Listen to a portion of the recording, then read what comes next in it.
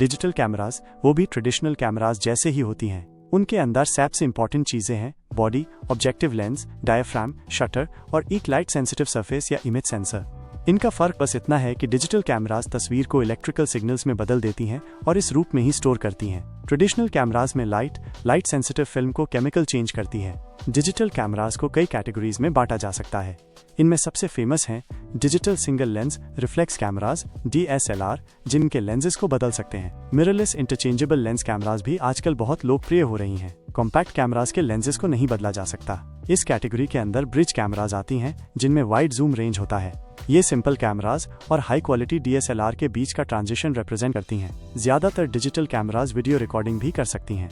अच्छी फोटोज लेने के लिए हमें कैमरा के अलावा कुछ एक्सेसरीज की भी जरूरत होती है, जैसे कम रोशनी में शूटिंग करना मुश्किल होता है।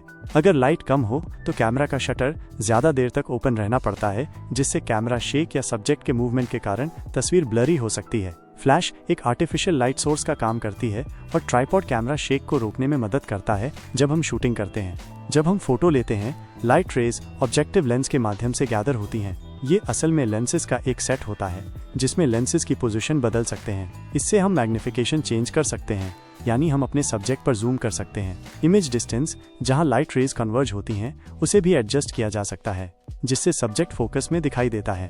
ऑब्जेक्टिव लेंस में कई लेंसेज होते हैं जो लेंस एबरेशन से होने वाली इम्परफेक्शंस को करेक्ट करते हैं।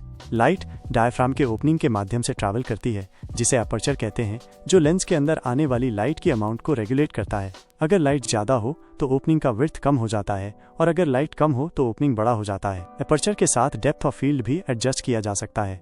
छोटी अपर्चर से डीपर डेप्थ ऑफ फील्ड मिलता है, यानी सब्जेक्ट और बैकग्राउंड दोनों शार्प रहते हैं। बड़ी एपर्चर से शैलोवर डेप्थ ऑफ फील्ड मिलता है, यानी सिर्फ सब्जेक्ट शार्प होता है। सिंगल लेंस रिफ्लेक्स कैमरास में जब लाइट एपर्चर के माध्यम से गुजर कर आती है तो ये एक मिरर को हिट करती है, जो एक एंगल पर पोजीशन होता है, ताकि लाइट को पेंटाप्रिज्म के माध्यम से व्यू फाइंडर तक रिफ्लेक्ट कर सके। पेंटाप्रिज्म इंश्योर करता है कि जो इमेज हम व्यू फाइंडर में देख रहे हैं वो अपसाइड डाउन ना हो। कुछ कैमरास में सेमी ट्रांसपेरेंट मिरर होता है, जिसके पीछे एक सेकेंडरी मिरर होता है, जो part of the light focusing screen की तरफ डायरेक्ट करता है, और फिर एक सेंसर अरे के पास ऑटो फोकस सिस्टम के लिए।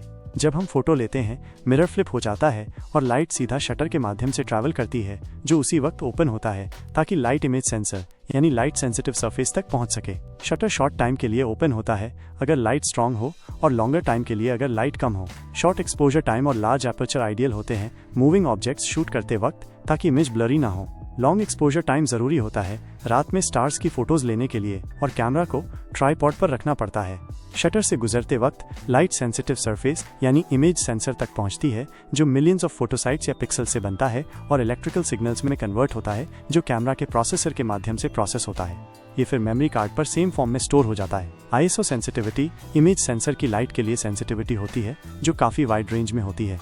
लेकिन अगर हम ISO नंबर बढ़ाते हैं तो इमेज में नॉइज का अमाउंट भी बढ़ जाता है। Modern cameras focus, aperture, shutter speed और ISO सेटिंग्स को ऑटोमेटिकली एडजस्ट कर लेते हैं, लेकिन कई ऑटोमेटिक, सेमी ऑटोमेटिक और मैनुअल मोड्स भी सिलेक्ट किए जा सकते हैं। कैमरास कलर फोटोज इसलिए ले सकते हैं क्योंकि हर पिक्सल सेंसर पर टाइनी रेड, ग्रीन या ब्लू कलर फिल्टर्स लगे होते हैं। कैमरा की इलेक्ट्रॉनिक्स को पता चल जाता है कि अलग अलग पिक्सल्स ने किस कलर की लाइट कैप्चर की है।